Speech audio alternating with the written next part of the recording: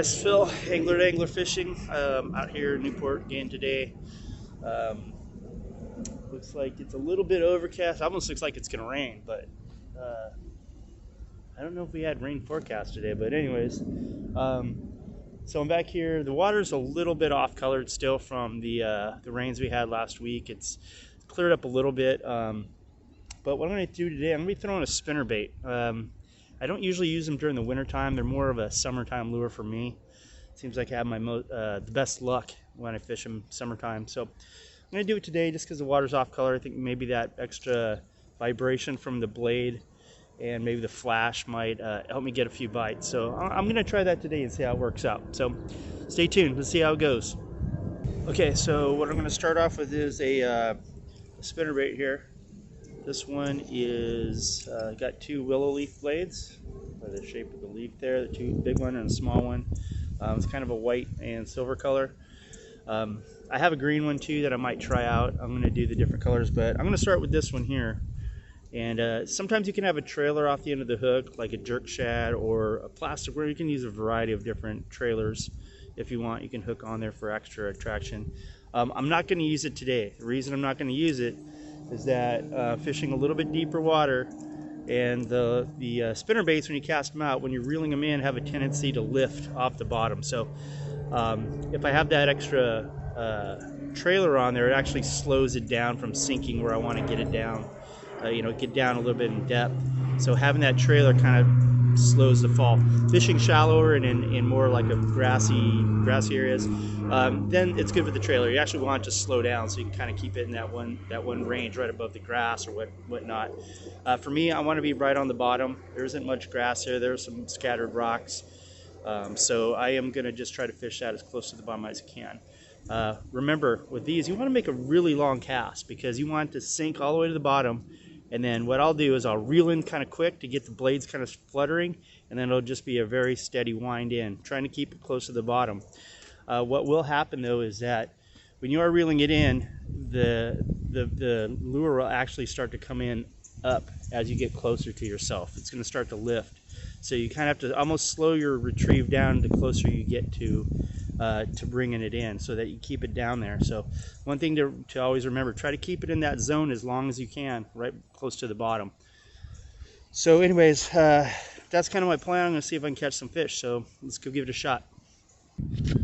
Cool. Hey guys, so anyways, what's going on right now is the tide's still a little bit high here, and I've been throwing a couple things, through spinner baits out there, through a couple jerk shads, and been trying to work it right here, but not much close. So I have a feeling that might be a little farther out on the other side of the channel, so I went with a lighter rod, 4-pound line, same 1/4 ounce weight, just to get the distance. I'm going to see if that's going to help, because it's been kind of slow, but let's see what happens.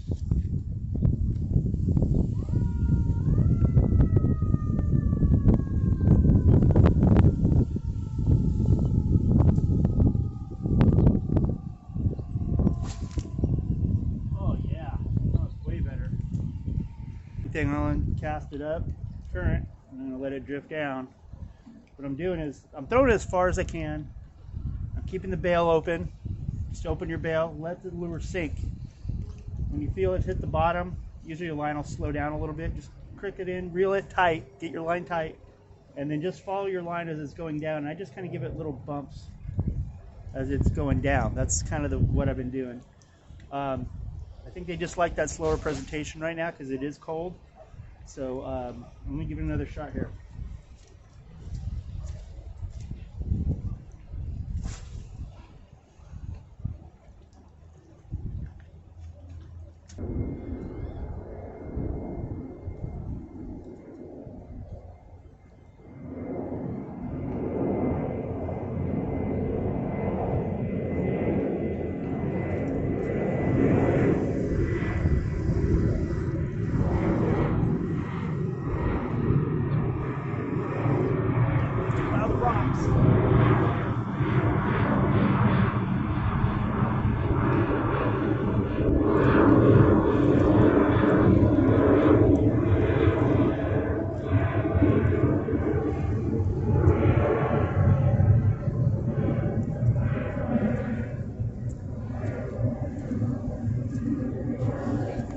Oh, there you go.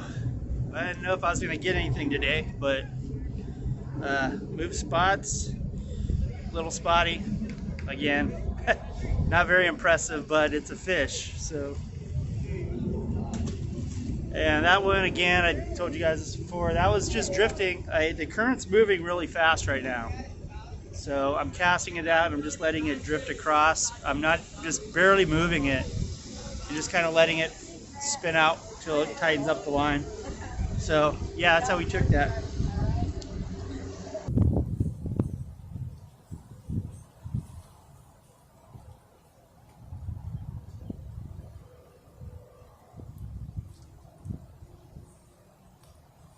There we go.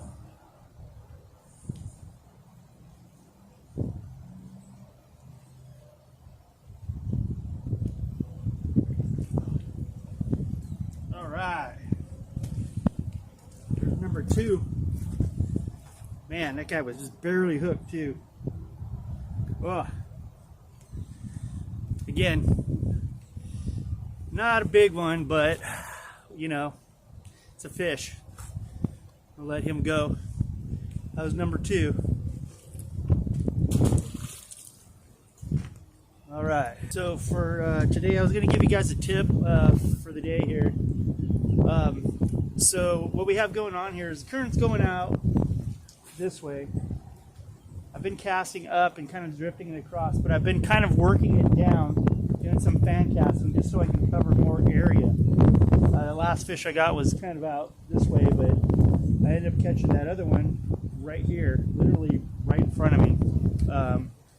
And he was probably nestled right in those rocks is what I'm assuming. But what's happening is the wind is blowing in this direction here. So it's blowing out, so when I'm casting, it's putting a big loop in my line this way. So when it's going down, I'm trying to keep it as tight as possible so I can feel the bite. The thing is, when you have your rod tip really high like this, what's happening is the wind is creating a bow in your line, and it's taking away some of the sensitivity that you can feel as the lure is bouncing around, and you can miss bites that way. It's really hard to deal with that. So what I've been kind of doing, one thing you can do is to put the rod tip down when you're reeling it in and try to get as much line on the water or in the water as possible, and keep the rod tip down, because that'll keep the line. If it's up here, you get that big bow in the line. If you put it down, you'll have less bow. There'll be less of a resistance, and you can kind of keep a little bit tighter line that way. So if I had to give a tip for the day, that would be my tip for the day. If you're working against the wind like that, and you're making your retrieve, keep your rod tip a little bit lower so you don't have as much line sticking out, and you can keep it a little bit tighter. Sometimes that can make the difference between feeling a bite and not feeling a bite. So that's my tip of the day for you guys. Alright guys, so I got a couple fish today. That's pretty good. I'm about ready to wrap it up here. It's cold. My hands are freezing. Anyways, a quick shout out to Mauricio, man. I met him here today as a subscriber, and he said hi, and we talked a little fishing. It was real cool to meet him. Again, it's kind of slow today. I was just working the lure real slow, trying to get bites. They were all in the jerk shads, of course, like quarter ounce lead head, like always. But you know, it just goes to prove conditions can be bad, but you can still get a couple fish if you work at it. I really had to work for these 2 fish today, so I did the best I could, and you know, you're gonna have days like this. But anyways, thanks again for all the support you guys have given me, for the subscribers, and you know, people watching the video. I really appreciate the comments and the likes. It really helps.